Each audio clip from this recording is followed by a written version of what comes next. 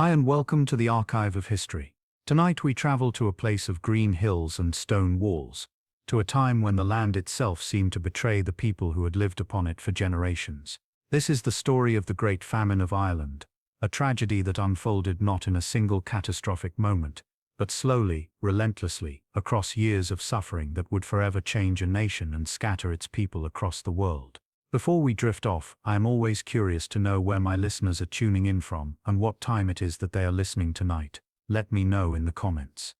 Imagine standing in the doorway of a small stone cottage on a hillside in County Cork. It is the autumn of 1845, and the air carries the scent of something wrong, something rotting. The potato fields that stretch down the slope before you, which just days ago were green and promising, are now blackened and withered. The leaves hang limp and dark, and when you walk among the drills and pull up a tuber, it crumbles in your hand, a putrid mass that releases a stench of decay. This is the beginning. This is the moment when everything changes, when a microscopic organism, invisible to the naked eye, begins to destroy not just a crop but an entire way of life. The story we will tell tonight is not simply one of natural disaster. It is a story of systems and choices, of political philosophy and human suffering, of a land made vulnerable by centuries of conquest and a people pushed to the very edge of survival even before the blight arrived. It is a story that must be told with care and precision, for it is a story of real people, of mothers who watched their children waste away, of men who walked miles to work on roads that led nowhere, of families who made the agonizing choice to leave everything they knew for the uncertain promise of distant shores. Now, settle in. Let the noise of the modern world fade away. Allow yourself to drift back across the centuries to a small island on the edge of Europe, to a time of stone cottages and open hearths, of morning mist and rain-soaked fields, of a society on the brink of catastrophe. Tonight we remember what was lost, and we honor those who endured what should never have been endured.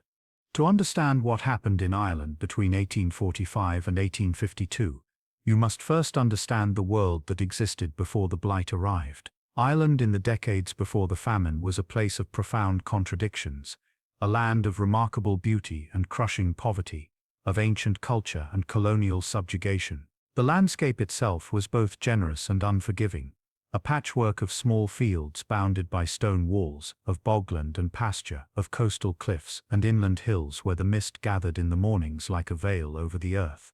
The majority of Irish people in the early 19th century lived in the countryside, in a world that had changed very little in its fundamental patterns for hundreds of years. They lived in small cottages, most often built of stone with thatched roofs made from rushes or straw. These dwellings were simple, usually consisting of a single room with an earthen floor, a central hearth where a turf fire burned, and small windows that might be covered with wooden shutters or oiled paper rather than glass. The smoke from the fire would rise and seep through the thatch above, blackening the interior walls and giving the cottage its characteristic smell of peat smoke and damp. In this single room, an entire family would live, sleep, cook, and work. There might be a wooden bed in one corner, raised slightly from the floor, where the parents slept, while children would sleep on straw pallets on the ground. A few simple pieces of furniture, a table, perhaps a stool or two, some hooks on the wall for clothing and tools. This was the extent of most people's material possessions. The cottage was dark, for candles were an expense beyond most budgets, and so the rhythm of life followed the sun, rising at dawn and retiring soon after darkness fell. But it was outside, in the small plot of land that surrounded each cottage, that life truly happened. This was the world of the cottier class, the landless labourers who formed the great mass of rural Irish society. They did not own the land they lived on. Instead, they rented it, often through complicated systems of subletting. That meant they dealt not with the actual landlord but with middlemen who extracted what profit they could. The rent was paid not in money, which was scarce, but in labour, working so many days each year on the landlord's demesnes, or in kind, handing over a portion of whatever they managed to produce. The plot of land available to a cottier family was usually small, sometimes no more than an acre or two, and on this small patch of earth, they had to produce everything they needed to survive, and increasingly, as the decades passed, this meant one thing above all others: it meant potatoes. The potato had arrived in Ireland centuries before, brought from the New World, and it had proven itself remarkably well suited to the Irish climate and soil. It required relatively little land to produce a substantial yield. It was nutritious when combined with milk or buttermilk, providing enough sustenance to keep a family alive and even reasonably healthy, and it could be grown on land that was marginal, on hillsides and boggy ground where grain crops would struggle. By the early 19th century, the potato had become not just a staple but virtually the only food for millions of Irish people. A working man might consume between 10 and 14 pounds of potatoes each day. His wife and children would eat proportionally, and together a family of 6 might go through 100 pounds or more in a single day. This sounds impossible, unimaginable, until you understand that for most of the year there was nothing else. No bread, no meat, except on the rarest occasions, no vegetables beyond the occasional cabbage, just potatoes, boiled in an iron pot over the turf fire, eaten with the fingers or with simple wooden implements, day after day, meal after meal. The daily routine of life revolved entirely around this single crop. In the spring, the family would prepare the ground, cutting furrows in the earth and planting the seed potatoes, the small tubers saved from the previous year's harvest. This was back-breaking work, done with simple tools, a spade, perhaps a wooden plow pulled by a single animal if the family was fortunate enough to own one. The children would help, even the smallest ones, placing the seed potatoes in the drills while their parents covered them with earth. Through the summer, the plants would be tended, earthed up, kept free from weeds, though in truth potatoes required less labor than many crops, which was part of their appeal. Then came autumn, the crucial season, when the crop was lifted. This was a time of both hard work and cautious hope. The family would dig carefully, extracting the tubers from the earth, examining each one for size and soundness. The harvest would be stored in a pit, a hole dug near the cottage and lined with straw, where the potatoes would be buried under layers of earth and thatch to protect them from frost. This pit represented survival. It held the food that would carry the family through the winter and into the following spring, through the long hungry months before the new crop could be harvested. If the pit was full, the family could face the winter with some confidence. If it was not, if the harvest had been poor or disease had struck the crop, then the winter ahead would be one of increasing desperation. The cottier's life was one of constant calculation, a careful balancing of needs and resources that left almost no margin for error. Beyond the potatoes, a family might keep a pig, fed on vegetable scraps and allowed to forage. The pig was not for eating, at least not usually. It was a form of savings, an asset that could be sold to raise the rent money. They might keep chickens whose eggs could occasionally be eaten but more often were sold. If they were very fortunate, they might have a cow whose milk would be drunk or churned into butter, again mostly for sale rather than consumption. Everything that could be converted into cash had to be, because the rent had to be paid, and the rent was relentless. The landlords of Ireland were a class apart, many of them descendants of English and Scottish settlers from earlier centuries of plantation and conquest. Many of them were absentees, living in England or Dublin, visiting their estates rarely if at all, leaving the actual management to agents and middlemen. The relationship between landlord and tenant was not one of mutual obligation in the old feudal sense, but a purely economic transaction. The tenant had no security, no guarantee that he could pass his holding to his children. He could be evicted at the landlord's pleasure, for any reason or for none at all. The only protection was to pay the rent and to avoid giving offense. This system had created a society of extraordinary precariousness. The population of Ireland had grown dramatically in the decades before the famine, rising from perhaps 5 million in 1800 to over 8 million by 1845. This growth was partly due to the potato itself, which could support more people on less land than any grain crop. But it also reflected the way the land system worked. When a son married, he would be given or would rent a small portion of his father's holding, subdividing the land into ever smaller plots. A holding that had once supported a single family might be divided among 3 or 4 sons, each trying to survive on a fragment of what their father had worked. The result was a countryside dotted with tiny plots, with cottages built on scraps of land, with families living at the absolute edge of subsistence even in good years. Walk through rural Ireland in the 1840s, and you would see children, everywhere children, but children who were often barefoot even in winter, dressed in rags, their faces marked by the signs of chronic malnutrition, even when they were technically getting enough calories. You would see men working in the fields with tools that were ancient and inadequate, unable to afford better. You would see women carrying heavy loads on their backs, fetching water from distant wells, gathering turf from the bog for fuel, their lives an endless round of physical labor. And yet, this was also a world of community and culture. Irish was still the first language in many parts of the West and South, though English was spreading under the pressure of the schools and the market. People gathered for patterns, traditional celebrations at holy wells and sacred sites that blended Catholic devotion with older customs. There were dances and storytelling, traditional music played on fiddles and pipes, a rich oral tradition of songs and tales and poems that stretched back into the mists of antiquity. Families were large and close, neighbors helped one another in times of need, and there was a sense of belonging to a place, to a landscape of stone and grass and sky that was home in the deepest sense. But this world, for all its beauty and cultural richness, was built on a foundation of sand. It depended absolutely on the potato continuing to grow, year after year, without fail. It depended on the rent staying within reach, on the landlord not deciding to clear his estate of small tenants to make way for grazing cattle. It depended on the weather cooperating, on there being no bad years, no crop failures, no unexpected disasters. The system had no resilience, no capacity to absorb shocks, and in the summer of 1845, the shock came. The potato blight that arrived in Ireland in 1845 was caused by an organism called Phytophthora infestans, a microscopic water mold that attacks the potato plant, destroying both the foliage above ground and the tubers below. No one in Ireland in 1845 knew this. Of course, the science of plant pathology was in its infancy, and the very concept of microorganisms as agents of disease was not yet widely understood. All people knew was that something terrible was happening to their crops, something they had never seen before and could not explain. The blight had originated in North America, traveling across the Atlantic in the holds of ships carrying infected potatoes, or in the spores that drifted on the wind and settled on leaves made wet by rain and fog. It had appeared first on the European continent in the spring and summer of 1845, spreading through Belgium and the Netherlands, causing alarm but not yet catastrophe.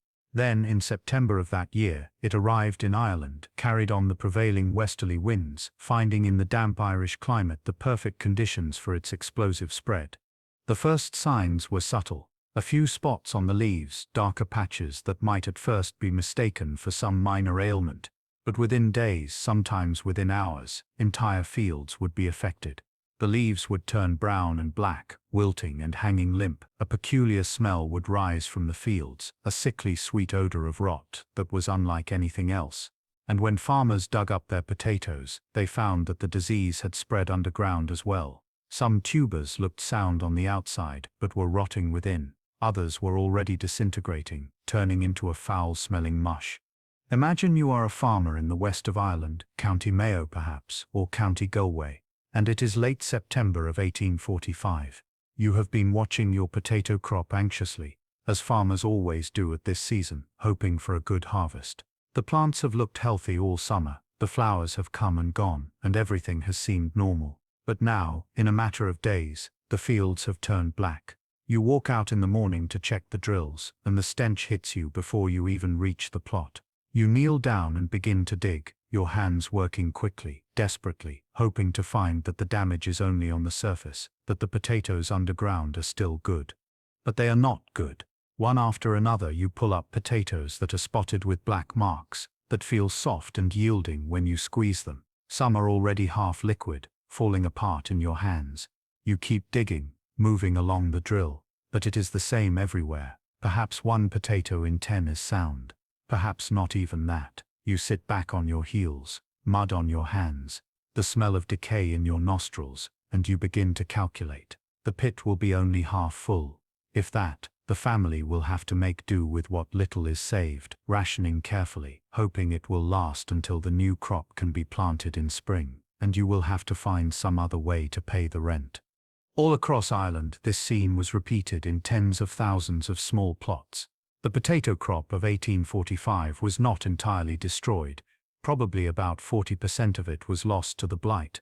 But this was catastrophic enough. For families who had no reserves, who had been living hand to mouth even in good years, the loss of nearly half their food supply meant immediate crisis. The winter of 1845 to 1846 was one of severe hardship but not yet of mass starvation. People survived by stretching what potatoes they had, by eating the seed potatoes they should have saved for planting, by pawning or selling whatever they could. They ate the pig, they ate the chickens, they fell behind on the rent. And they hoped that the next year would be better. Surely this strange disease was a one-time occurrence, an aberration that would not repeat itself. The government in London, which administered Ireland as part of the United Kingdom, took some measures. The Prime Minister, Sir Robert Peel, authorized the purchase of Indian corn, maize, from America, which was shipped to Ireland and sold at low prices to provide some relief. Public work schemes were initiated to give employment. These efforts were inadequate, but they did help some people survive the winter. But the spring of 1846 brought not relief but growing dread. The blight organism had survived the winter in infected tubers left in the ground and in storage. As the weather warmed and the new potatoes were planted, the disease was there waiting. Through the summer, farmers watched their plants anxiously, praying that this year would be different. For a time it seemed as though their prayers might be answered. The weather was dry and the blight needs moisture to spread. The crops looked healthy through July and into August. Then, in late July, the rains came. Heavy, persistent rains that soaked the fields and created the humid conditions that the blight organism thrives in. And within a week the disease exploded across the country with a virulence that made the previous year's outbreak seem mild by comparison. This time, the destruction was almost total. Field after field turned black, not gradually, but with shocking speed. The smell of rotting potatoes hung over the countryside like a miasma. When farmers dug their crop in September and October, they found almost nothing that was edible. The 1846 potato harvest was a near-complete failure. This was the turning point. This was when hope began to die. When people realized that they were facing not a temporary crisis, but a prolonged catastrophe. The pit beside the cottage would not be filled this year. There would be no potatoes to see the family through the winter. And with nothing to eat and no money to buy food, with the rent unpaid and the landlord's agent beginning to make threats, the future suddenly looked terrifyingly uncertain. The sound you would hear in Irish cottages that autumn, if you listened carefully, was the sound of a society beginning to break apart, of decisions being made that would echo down through generations. The sound of children crying from hunger. The sound of parents whispering in the darkness, trying to decide what to do, knowing that all the choices were bad and none of them led to safety. The human body, when deprived of adequate food, follows a predictable pattern of decline. Understanding this pattern is essential to understanding what happened in Ireland during the famine years, for what occurred was not simply a matter of people being hungry. It was a slow, systematic process of physical deterioration that unfolded over months, transforming healthy human beings into emaciated shells and finally into corpses. In the first weeks of food shortage, the body adapts. It burns through its reserves of fat, becoming thinner but not yet dangerously compromised. A person feels hungry constantly, weak perhaps, but still capable of movement and work. But as the weeks turn into months and the food does not come, the body begins to consume itself. The fat reserves are exhausted, and the body starts breaking down muscle tissue to extract the protein and energy it needs to keep vital organs functioning. The person becomes visibly emaciated, their face gaunt, cheekbones prominent, eyes sunken, their limbs grow thin, the muscles wasting away, leaving only skin stretched over bone. But it is not just a matter of becoming thin. Starvation brings with it a constellation of symptoms that compound the misery. The skin becomes dry and flaky, sometimes developing dark patches or sores that will not heal. The hair becomes brittle and falls out. The body loses its ability to regulate temperature, so the starving person feels cold all the time, even in mild weather, their body wrapped in whatever rags or blankets they can find, huddled close to the fire. Edema sets in, a swelling of the legs and feet as fluid accumulates in the tissues, a paradoxical bloating in a body that is wasting away. The mind is affected as well. Concentration becomes difficult, memory fails. Mood swings from apathy to irritability. The starving person may become obsessed with food, talking about it constantly, dreaming of it, experiencing hallucinations of meals and feasts. Children become listless, losing interest in play, sitting silently with vacant expressions. The very old and the very young are the most vulnerable. their bodies less able to withstand the deprivation, but no one is immune. Even strong men in the prime of life will eventually succumb if the hunger goes on long enough.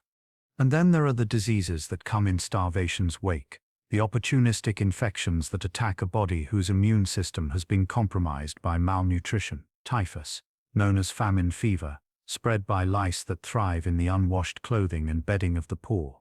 It brings high fever, delirium, a rash that covers the body, and in many cases death. Relapsing fever, similar in its symptoms. Dysentery, causing severe diarrhea that dehydrates and weakens the patient even further. Scurvy, from the lack of vitamin C, causing the gums to swell and bleed, teeth to loosen and fall out, old wounds to reopen. And typhoid, spread through contaminated water, bringing fever and intestinal damage. In the winter of 1846 to 1847, and the seasons that followed, these conditions swept through the Irish countryside, like the horsemen of the apocalypse, starvation and disease working together in a deadly partnership, each making the other worse. The starving were more susceptible to disease, and the diseased were less able to digest what little food they could obtain. Families would be struck down together, parents and children falling ill at the same time, with no one left healthy enough to care for the others. In cottages across the country, people lay dying on straw pallets on earthen floors, with no medicine, no nourishment, and often no one to even fetch water or keep the fire lit. The scenes that began to unfold in rural Ireland in the winter of 1846 were scenes of almost unimaginable suffering. Imagine walking through a village in the west of Ireland, somewhere in Connemara perhaps, on a cold January morning in 1847. The first thing you notice is the silence. There are no children playing, no voices calling from cottage to cottage, none of the normal sounds of a living community. The smoke rises from only a few chimneys. Most of the cottages seem abandoned, their doors hanging open or boarded shut. You approach one of the cottages from which smoke is still rising and call out a greeting. There is no answer. You push open the door, and the smell hits you immediately. A compound of unwashed bodies, sickness, turf smoke, and something else, something that might be death. Your eyes adjust to the darkness, and you see a family huddled on the floor near the hearth. The fire is barely alive, just a few embers glowing in the ash. There is no furniture left. It has all been broken up and burned for fuel. The father lies against the wall, too weak to rise, his face skeletal, his eyes dull. The mother sits with her back to the wall, holding an infant who may already be dead, you cannot tell. Two other children lie on a pile of rags, their breathing shallow, their bodies swollen with the edema of starvation. You ask if you can help, if there is anything they need. The mother looks at you, and there is no expression in her face, no hope, no expectation. She whispers something in Irish that you do not understand. You realize that there is nothing you can do, no help you can offer that would make any difference. The family is dying, and they know it, and they have moved beyond the point where aid can save them. You back out of the cottage, into the cold morning air, feeling sick and helpless. And this is not an isolated case. This scene is being repeated in cottage after cottage, village after village, across huge swathes of the Irish countryside. The poorest regions, the west and southwest, are being devastated. In some areas, entire townlands are being depopulated, the inhabitants either dead or fled. The roads are full of people, not traveling with purpose but wandering, skeletal figures wrapped in rags, begging for food or work, looking for some place, any place, where there might be help. Some of them will die by the roadside, collapsing from exhaustion and weakness, their bodies left where they fell until someone, if anyone comes, can bury them. The traditional networks of mutual support that had sustained rural Irish society were breaking down under the sheer scale of the catastrophe. In normal times, neighbors would help neighbors, sharing what they had, caring for the sick. But when everyone is destitute, when everyone is hungry, when disease is everywhere and people fear contagion, these bonds fray and snap. People become focused on the survival of their own immediate family, unable to spare anything for others. The social fabric tears, and what is left is atomization, isolation, each family struggling alone in its cottage, dying alone if death comes, which for so many it does. The churches tried to help, priests and ministers moving among their parishioners, organizing what relief they could, but they too were overwhelmed. Parish priests in the hardest-hit areas wrote desperate letters to their bishops, to newspapers, to anyone who might listen, describing scenes of suffering that seemed to belong more to the apocalypse than to a supposedly civilized nation in the middle of the 19th century. They described finding families dead in their cottages, undiscovered for days or weeks. They described giving last rites to people dying by the side of the road. They described their own helplessness in the face of such overwhelming need. And through it all, people tried to survive. They foraged for anything edible, nettles and wild garlic and dandelion leaves, boiling them into a thin soup. They ate seaweed on the coast, gathering it at low tide and boiling it until it was soft enough to swallow. They caught shellfish, limpets and mussels, eating them raw when there was no fuel to cook them. They slaughtered the last animals, the cow, the pig, even the dog if they had one, eating the meat and drinking the blood. They sold everything that could be sold, clothes and tools and blankets, even the thatch from the roof, until they had nothing left. Some turned to theft, creeping into fields at night to dig turnips meant for cattle feed, risking arrest and transportation to Australia for the crime of trying not to starve. Some turned to begging, taking to the roads despite their weakness, hoping to find some town or village where relief was being distributed. And some, as the months wore on and hope died, simply lay down and waited for death to come, lacking even the strength or the will to struggle any longer. The winter of 1847, remembered in Irish history as Black 47, was the worst period of the entire famine. The death toll mounted into the hundreds of thousands.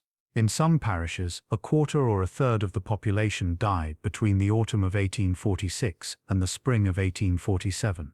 The dead were buried in mass graves, quickly and with little ceremony, because there was no time and no resources for anything else. In some cases, the living were too weak to bury the dead, and bodies lay in cottages for days, surrounded by family members who lacked the strength to carry them out. In some cases, the dead were buried in their clothes, because there was no one to lay them out properly and no winding sheets to wrap them in. And yet, even in the midst of this horror, even as people starved and died, Ireland continued to export food. Grain and cattle and butter left Irish ports bound for England, shipped out under armed guard while people stood on the docks watching the food they could not afford to buy being loaded onto vessels. This fact, more than almost any other, reveals the nature of what was happening. The famine was not a simple natural disaster, like an earthquake or a flood, striking without warning and affecting all equally. It was a catastrophe shaped and deepened by human systems, by political choices, by economic arrangements that valued certain things over others. The food was there, but the people who needed it could not access it, because they had no money to buy it, and the system did not provide for its free distribution. This central bitter irony would haunt Irish memory for generations. The land was producing food, but the people of the land were starving. The ships were sailing away laden with grain, while the quays were crowded with skeletal figures begging for a crust of bread. It was a failure not of nature, but of human compassion and human systems. A failure that would leave scars that have not fully healed even to this day. The British government's response to the famine was shaped by the prevailing economic and political ideologies of the time, by assumptions about the proper role of government and the nature of charity, and by attitudes toward Ireland and the Irish that were colored by centuries of conquest and colonialism. To understand why the relief efforts were so inadequate, why so many people were allowed to die while food was exported from their country, you must understand the worldview of those who held power. The dominant economic theory of the day was laissez-faire liberalism, the belief that government should not interfere with the natural workings of the market. Prices should be set by supply and demand, not by government decree. Trade should be free, unhampered by tariffs or restrictions. And charity, while necessary in small doses, should not be so generous as to create dependency or to discourage people from helping themselves. These principles, in the view of many British politicians and economists, were not merely practical policies but moral truths, laws of nature that could not be violated without causing worse harm in the long run. When the potato crop failed in 1845, Sir Robert Peel's government did take action. Peel secretly purchased Indian corn from America and had it shipped to Ireland, where it was ground into meal and sold at low prices. He also initiated public works schemes, hiring men to build roads and other infrastructure, paying them wages with which they could buy food. These measures were criticized by laissez-faire purists as inappropriate government interference, but Peel defended them as emergency temporary interventions, and they did help to mitigate the worst effects of that first year of blight. But in the summer of 1846, Peel's government fell, and a new government took office, led by Lord John Russell, and dominated by Whigs, who were committed to strict laissez-faire principles. The new administration was determined not to repeat what it saw as Peel's mistakes. There would be no more government purchase of food. The market would be allowed to operate freely, and prices would find their natural level. The Irish poor would have to fend for themselves, with only limited assistance from the state.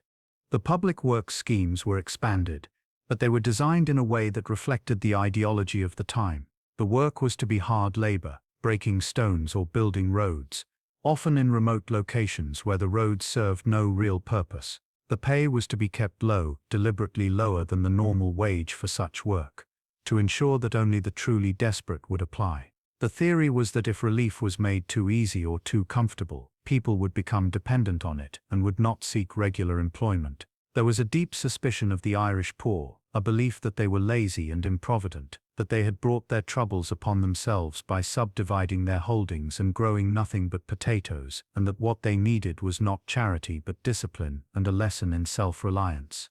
Imagine you are a man in County Clare in the winter of 1846, trying to survive on the public works.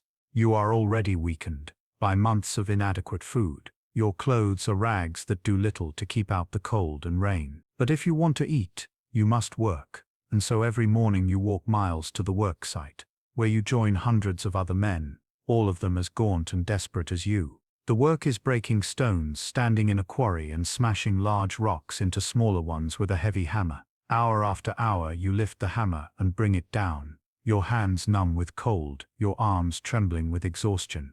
The supervisor walks among the men, checking that everyone is working hard enough. If you stop to rest, you will be marked down, and your pay will be reduced or eliminated.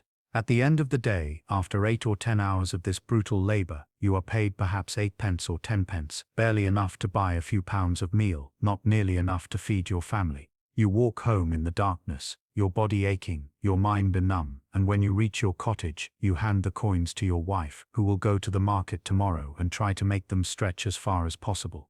But the meal shops are few, and the demand is enormous, and sometimes when she gets there, the meal is sold out or the price has gone up, and even when she can buy meal, it is Indian cornmeal, which most Irish people have never eaten before and do not know how to cook properly. It is difficult to digest, especially for people whose stomachs are already damaged by starvation. It causes diarrhea and stomach cramps, and it provides fewer calories than potatoes did. You are working yourself to death, quite literally, and despite all your labor, your family is still slowly starving. This was the reality of the public works in the winter of 1846 to 1847.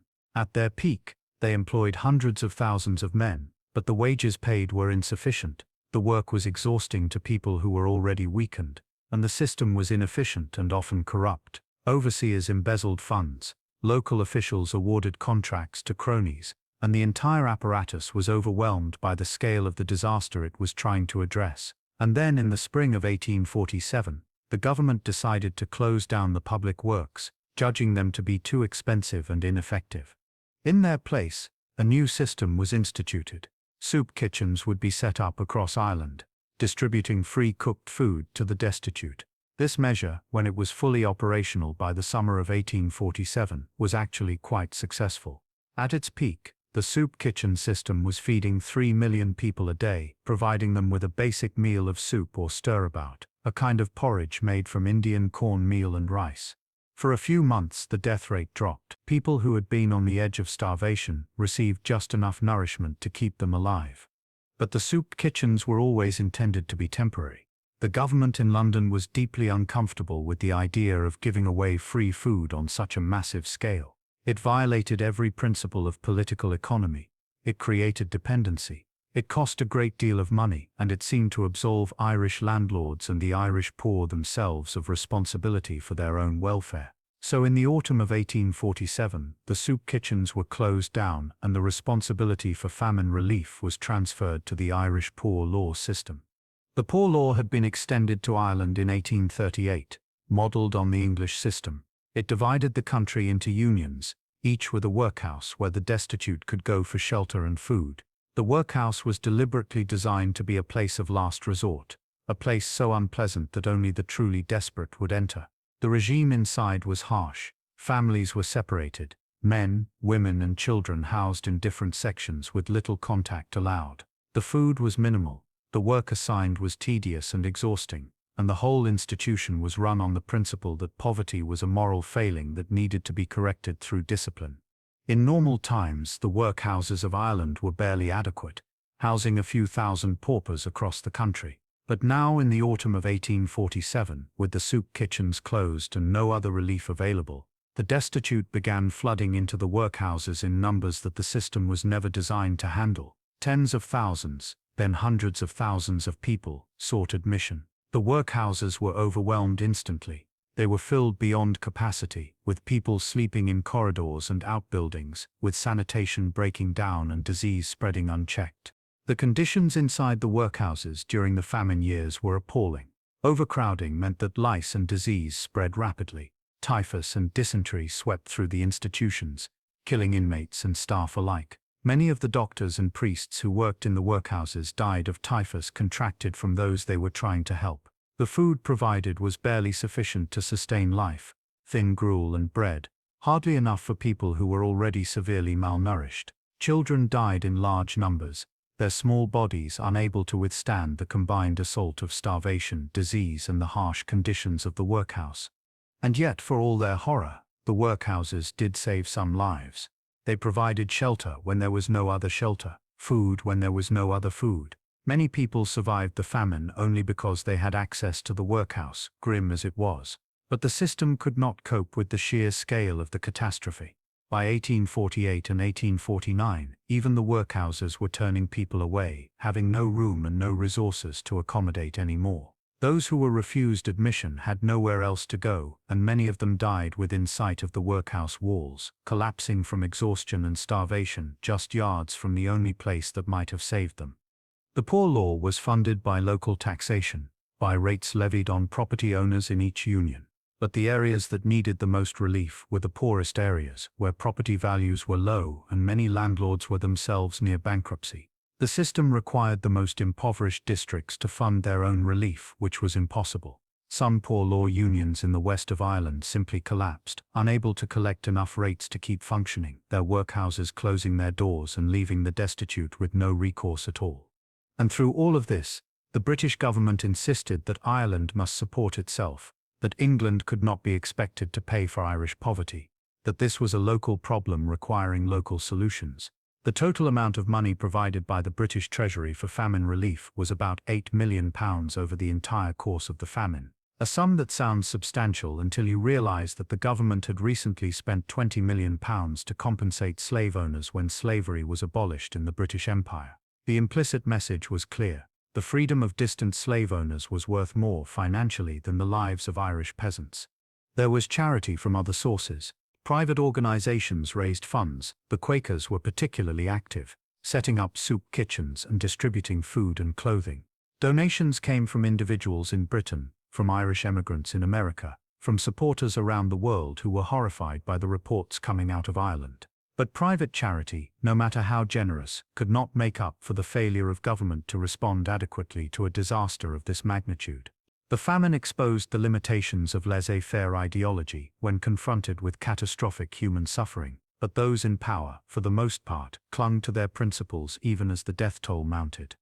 There were some officials, some observers, who understood the inadequacy of the response and who spoke out. They wrote reports detailing the scenes they had witnessed, the starving families, the mass graves, the roadside corpses. They pleaded for more aid, for the distribution of food without requiring labor in return, for the recognition that what was happening in Ireland was not a normal economic problem, but a humanitarian catastrophe that required extraordinary measures. But their voices were drowned out by the dominant ideology, by the conviction that intervention would do more harm than good, by prejudice and indifference, and a failure of imagination that could not conceive of the scale of suffering that was unfolding. Eviction. The word carries a cold finality, a sense of doors closing and possibilities ending. For the Irish cottier, eviction meant the loss of not just a home but of everything. It meant being cast out of the small plot of land that had sustained, however barely, the family for generations. It meant homelessness, displacement, the breaking of all ties to a specific place and community. And during the famine years, evictions became a plague in themselves, a human-made disaster that compounded the natural one. Landlords in Ireland had always had the power to evict tenants who failed to pay rent, but during the famine years, this power was exercised with a new ruthlessness. The reasons were both economic and legal. Many landlords were themselves in financial difficulty. The failure of the potato crop meant that their tenants could not pay rent, and without rental income, landlords could not pay their own mortgages and debts. Some faced bankruptcy. At the same time, a clause in the Poor Law, the Gregory Clause, stated that anyone holding more than a quarter-acre of land was not eligible for relief from the workhouse. The logic was that anyone with land should be able to support themselves. The effect was to encourage landlords to clear their estates of small tenants, consolidating the tiny plots into larger farms that could be rented to more solvent tenants or converted to grazing land for cattle. The process of eviction followed a grim ritual. The landlord's agent, often accompanied by a contingent of police or military to prevent resistance, would arrive at the cottage. The tenants would be ordered to leave immediately, given perhaps an hour or even just minutes to gather whatever possessions they could carry. Then the cottage would be tumbled, a term that meant exactly what it sounds like. The men would use crowbars to pull down the walls, collapsing the stone and thatch into a pile of rubble to ensure that the family could not simply move back in once the eviction party had left. If the cottage had a timber roof or wooden beams, these might be set on fire, the smoke rising into the sky as a signal visible for miles around of another family's ruin. Imagine you are a woman standing with your children beside the ruins of your home, watching the smoke from the burning thatch drift across the fields. Your husband is perhaps dead, or he has gone away looking for work and has not been heard from in months. Everything you owned, all the small accumulated possessions of a lifetime, the few pieces of furniture, the clothes, the cooking pot, have been left inside and are now buried in the rubble or consumed by the flames. Your children are crying, clinging to your skirt, frightened by the noise and the violence and the presence of the uniformed men who have done this. The eviction party moves on to the next cottage, and you are left standing in the field. It is winter, perhaps January or February of 1848. The ground is frozen, the wind is bitter, and night will fall in a few hours. You have no shelter, no food, no money. You are now officially homeless, a wanderer, and under the Poor Law you cannot claim relief unless you give up the small plot of land you were just evicted from. Though you no longer have access to it anyway, your choices are stark. You can try to build some kind of shelter in the ditch or behind a hedge, a scalp as it was called. A crude hole in the ground covered with sticks and sods, where you and your children might huddle together for warmth. You can take to the roads, begging, hoping to find charity or work. Or you can go to the workhouse, if the workhouse will take you, though this will mean being separated from your children, who will be sent to the children's section while you are placed with the women. Thousands upon thousands of families faced this exact situation during the famine years. The scale of evictions was enormous. Between 1846 and 1854, it is estimated that somewhere between 500,000 and 1 million people were evicted from their homes. Entire townlands were cleared, every cottage tumbled, the fields consolidated, and the land turned over to grazing. In some cases, the evictions were carried out with a mechanical efficiency, dozens of families dispossessed in a single day. In other cases, they were brutal and violent, with resistance by the tenants met with force by the police and military. There were moments of resistance, desperate attempts by communities to prevent evictions or to protect their neighbors. Men would gather with whatever tools they had, pitchforks and spades, to confront the eviction party. But these attempts almost always failed. The forces of law and order were too strong, and the penalty for resisting eviction could be arrest and transportation. More often, the resistance was passive, a refusal to leave until physically forced out, a quiet dignity in the face of overwhelming power. The evicted became a class of wandering homeless, visible on every road in the country, moving from place to place in search of relief or work or charity. They were known as paupers or beggars, though these terms hardly capture the desperation of their situation. They were families that had, a year or two before, been part of settled communities, with homes and land and neighbors. Now they were displaced persons in their own country, their ties to place and community severed, their futures uncertain at best. For many of the evicted, the only option that seemed to offer any hope was emigration. If you could not survive in Ireland, perhaps you could survive somewhere else. Perhaps in America or Canada or Australia, there would be land and work and a chance to start over. And so began the Great Exodus, the mass emigration that would drain Ireland of millions of its people and forever change the demographics of the island. But emigration required money. The passage across the Atlantic cost several pounds, a sum that was beyond the reach of most poor Irish families. Some landlords, eager to clear their estates, paid the passage for their former tenants, a practice known as assisted emigration. It was cheaper to send a family to Canada than to support them in the workhouse, and it had the added benefit of removing them permanently from the estate. Other families scraped together the fare by selling what little they had, by borrowing from relatives who had already emigrated and found work, by pooling resources within an extended family to send the youngest and strongest members ahead with the expectation that they would send money back. The ports, Dublin and Cork and Galway and Sligo, were crowded with emigrants. The docks were scenes of chaos and heartbreak, families saying goodbye, many knowing that they would never see each other again, mothers clutching children, husbands holding wives, the old and the frail left behind because they could not make the journey. The emigrants carried what they could, bundles of clothes, perhaps a little food for the voyage, letters of introduction to relatives or priests in the new land. They boarded ships that were often old and barely seaworthy, vessels that had been used for the timber trade and were now repurposed as passenger ships, their holds filled with rows of rough wooden bunks stacked 2 or 3 high. The voyage across the Atlantic took 6 to 8 weeks, sometimes longer if the weather was bad or the winds were unfavorable. The conditions on board were appalling. The ships were overcrowded, with passengers packed into the holds with little ventilation and no sanitation. Disease spread rapidly in the close, foul air. Typhus and dysentery swept through the ships, killing dozens or even hundreds of passengers before land was sighted. The dead were sewn into canvas and thrown overboard, their bodies committed to the depths of the Atlantic with only a brief prayer. So many people died on these voyages that the ships became known as coffin ships, floating charnel houses carrying the desperate and the dying to a promised land that many would never reach. Those who survived the crossing arrived in North America in a state of extreme debilitation. The quarantine stations, particularly the one at Grosse Isle in Canada, were overwhelmed with sick and dying passengers. Thousands died in the fever sheds at Grosse Isle, and many of those who survived were so weakened that they could not work and ended up destitute in the slums of Montreal or Boston or New York.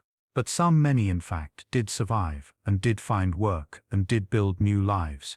They sent money back to Ireland, remittances that helped other family members to emigrate in turn. They preserved and passed on their memories of the old country, their stories of the famine, their sense of identity as Irish people who had been forced to leave. The famine emigration was not a simple movement of people from one place to another. It was a scattering, a diaspora, that created Irish communities all over the world, in America, in Canada, in Britain, in Australia. The Irish who had fled the famine and their descendants would form a significant part of the population, maintaining ties to the old country, sending aid back during times of trouble, and keeping alive a sense of grievance and loss that would shape Irish identity for generations. The famine was not just something that happened in Ireland. Its effects rippled out across the world, changing the demographic and cultural landscape of multiple nations. And for those who remained in Ireland, who did not or could not emigrate, the depopulation was traumatic. Villages that had been full of life were now half empty or entirely abandoned. Fields that had been cultivated for centuries grew wild. The Irish language, which had been the first language of most of the rural poor, began to decline rapidly as entire Irish-speaking communities were wiped out or dispersed. The cultural continuity that had stretched back 1,000 years or more was broken, and in its place was silence and emptiness. Black 47. The winter of 1846 to 1847, is remembered as the absolute nadir of the famine, the period when death was most pervasive and hope most scarce. But the suffering did not end. When the calendar turned to 1848, the famine continued, year after year, each season, bringing new hardships, new deaths, new waves of emigration. The potato crop partially recovered in 1847, raising hopes that the worst was over, but in 1848, the blight returned, and again in 1849. It was not until the early 1850s that the blight finally receded and the potato crop returned to something approaching normality. But by then, Ireland had been fundamentally transformed. The population, which had been over 8 million in 1841, had fallen to around 6.5 million by 1851. About 1 million people had died, though the exact number will never be known with certainty, and another million or more had emigrated. The rural landscape had been cleared of its poorest inhabitants. The cottages and small tenants who had formed the majority of the population before the famine were gone, dead or emigrated or absorbed into the workhouse system. What remained was a countryside of larger farms, of grazing land replacing tillage, of silence where there had once been the noise of crowded communities. The demographic impact was most severe in the poorest regions, the west and southwest. Counties like Mayo, Galway, Clare, Cork and Kerry saw their populations fall by a third or more. Entire townlands were depopulated, their cottages collapsed into ruins, their fields returning to wilderness. The language, culture and social patterns of these regions were shattered. Irish, which had been the majority language in the West, declined precipitously as the Irish-speaking poor died or emigrated. English became increasingly dominant, a shift that was both a symptom and a cause of cultural change. The psychological impact was perhaps even deeper than the physical one. Survivors of the famine carried with them a trauma that would never fully heal. They had seen things that should not have been seen, experienced losses that could not be fully processed. Parents who had watched their children starve to death. Children who had seen their parents waste away. Families that had been scattered across the world with members in America, Canada, Australia and Ireland, never to be reunited. Communities that had been stable for generations, where everyone knew everyone else, where life followed patterns that stretched back into memory, were torn apart and dispersed. There was also a profound sense of betrayal. Many Irish people felt that they had been abandoned by the government, that they had been left to die while food was exported from the country, that their suffering had been met with indifference or even contempt by those in power. This sense of injustice would fuel Irish nationalism in the decades to come, providing a powerful emotional foundation for demands for Irish independence. The famine became a key element in the Irish national narrative, a symbol of British misrule and Irish suffering, a historical grievance that would be remembered and invoked for generations. In the immediate aftermath of the famine, Ireland was a country struggling to recover. The workhouses remained full, housing tens of thousands of people who had nowhere else to go. Emigration continued at a high rate, draining the country of young people who might have contributed to rebuilding. The economy was depressed, with many landlords bankrupt and much of the infrastructure of rural life in ruins. There was a sense of exhaustion, a feeling that the country had been through something so terrible that it could not be fully comprehended or described. But there was also resilience. The people who remained, who had survived the hunger and the disease and the loss, were determined to rebuild. Gradually, in the 1850s and 1860s, life began to return to something like normality. The potato was planted again, cautiously at first. But as the years passed without a return of the blight, confidence grew.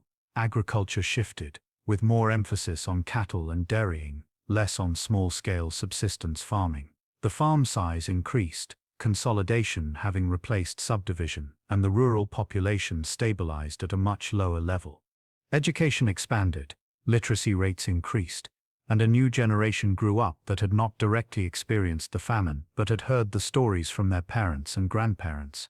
The Catholic Church, which had played a crucial role during the famine years, providing what relief it could and ministering to the dying, became even more central to Irish life. Church attendance increased, and Catholicism became a key marker of Irish identity, particularly in opposition to the Protestant ascendancy that dominated land ownership and political power. Politically, the famine years and their aftermath saw the growth of new movements. The Young Ireland movement, which had emerged in the 1840s, advocating for Irish nationalism and independence, attempted a small and unsuccessful rebellion in 1848, but the ideas it represented would continue to develop. The Land League, formed in the 1870s, would campaign for land reform and tenants' rights, seeking to dismantle the landlord system that had contributed to the famine's severity. and the Home Rule movement would gain strength, demanding self-government for Ireland within the British Empire. The famine also left a physical legacy on the landscape. Across the country, especially in the west, you can still see the ruins of the famine cottages, piles of stone now overgrown with grass and weeds, marking the places where families once lived.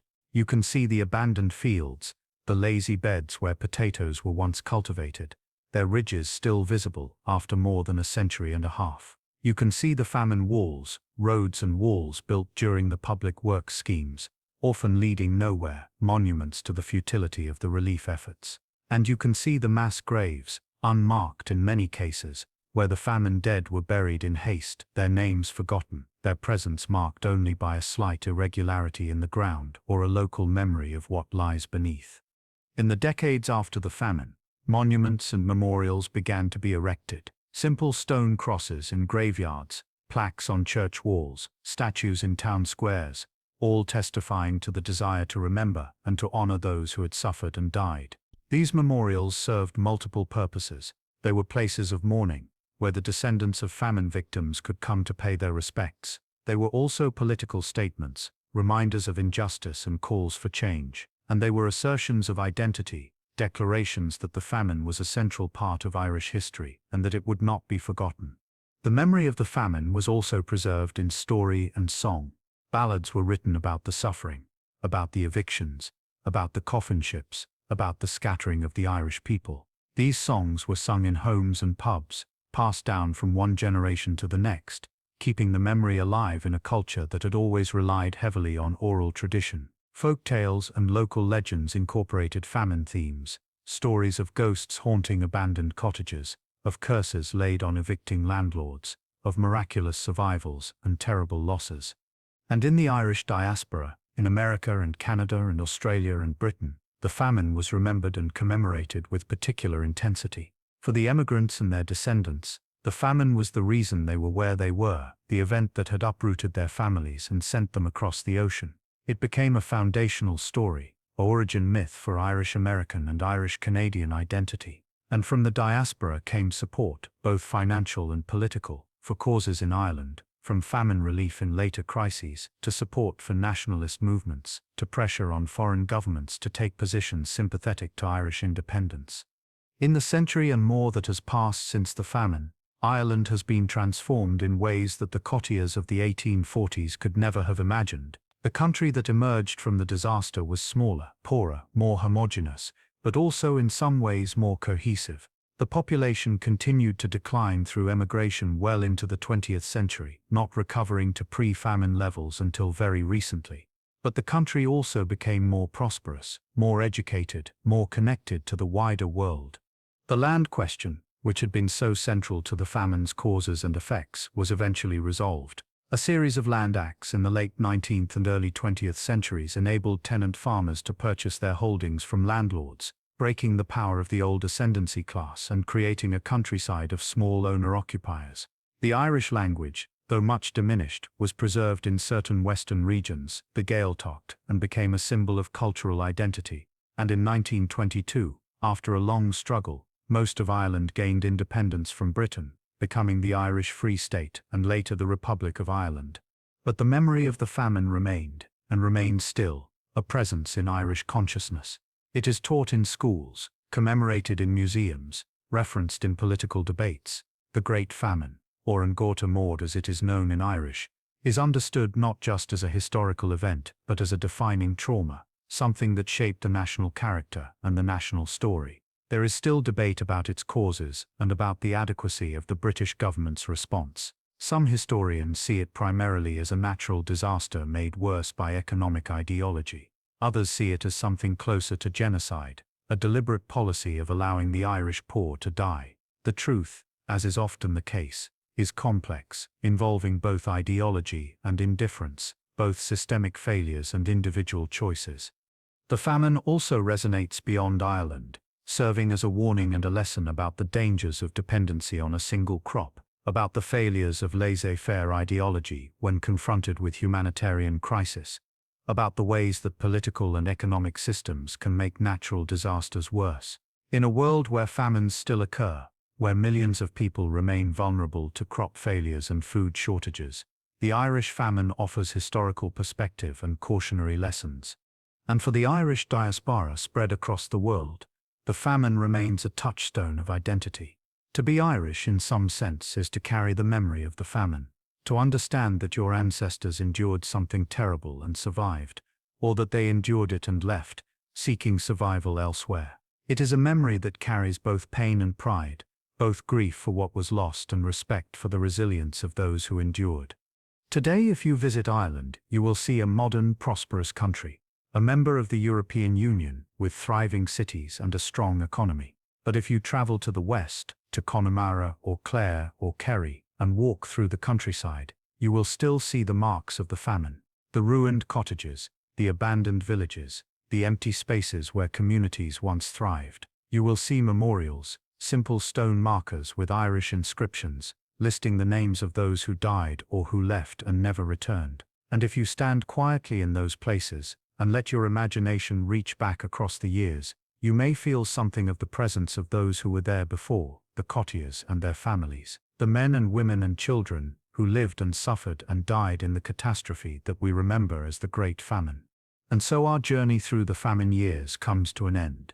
We have walked with the Irish people through the blighted fields, through the hunger and the disease, through the evictions and the emigrations, through the coffin ships and the mass graves.